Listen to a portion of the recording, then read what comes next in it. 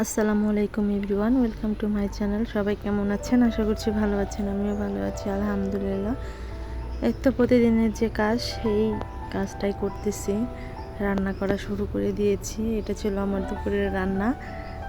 তো শরীরটাও ভালো না, প্রচণ্ড ঠান্ডা, জ্বরটা কমে গেছে আলহামদুলিল্লাহ, কিন্তু ঠান্ডাটা যেন ভালো হতেই চাচ্ছে না। তারপরেও কি করব, সংসারের কাজকর্ম তো করতে হবে, ছেলে মেয়েকে টেক কেয়ার করতে হবে। এটাই হচ্ছে মেয়েদের জীবন, কিছু করার নাই। তো সব কিছু, শরীরের অসুস্থতা সব কিছু একদিকে ঠেলে ফেলে দিয়ে চলে আসছি রান্না করতে। প্লিজ যারা ভিডিওটি দেখবেন অবশ্যই চ্যানেলটি সাবস্ক্রাইব করবেন, লাইক কমেন্ট শেয়ার করবেন, অনুরোধ রইল। তো এখানে আমি একটুখানি গরুর গোস্ত রান্না করব, এই জন্য সকালবেলায় একটুখানি গরুর গোস্ত ফ্রিজ থেকে নামিয়ে রেখেছিলাম। অল্প পরিমাণে রান্না করতেছি, কারণ শরীর ভালো না, শুধু ছেলে আর মেয়ের জন্য, যে ছেলে মেয়ে যাতে একটু দুপুরবেলায় শান্তিতে একটু ভাত খাইতে পারে, এই জন্য অল্প একটু করে রান্না করতেছিলাম। তার জন্য যা কিছু মশলাপত্র লাগে সেই মশলাগুলো আমি খুব ভালো করে একটু কষিয়ে নিয়েছিলাম।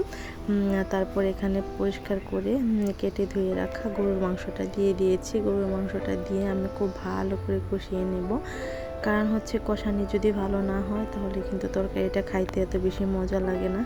আমার ছেলে মেয়ে আবার একটু অন্যরকম, তাদের হচ্ছে মানে মুখে যদি মজা না লাগে, ভালো না লাগে, তাহলে সেটা আর খাবেই না। বিশেষ করে মেয়েটা, ছেলেটাকে তবু বুঝিয়ে সুঝিয়ে খাওয়ানো যায়, কিন্তু মেয়েটা যেটা বলবে সেটাই একটু জেদ করে বেশি। তো আর একদমই নরম হইতে হবে, শক্ত থাকলে তো খাবে না, অনেক সময় ধরে নিয়ে রান্না করতে হয় যাতে ভালো করে সিদ্ধ হয়ে যায়, মেয়েটা খেয়ে শান্তি পায়। তো এখানে আমি দেখতেই পাচ্ছেন খুবই ভালো করে গরুর মাংসটা কষানো হয়ে গিয়েছে। তারপরে আমি এখানে একটা আলু কয়েক টুকরো করে কেটে দিয়ে দিলাম।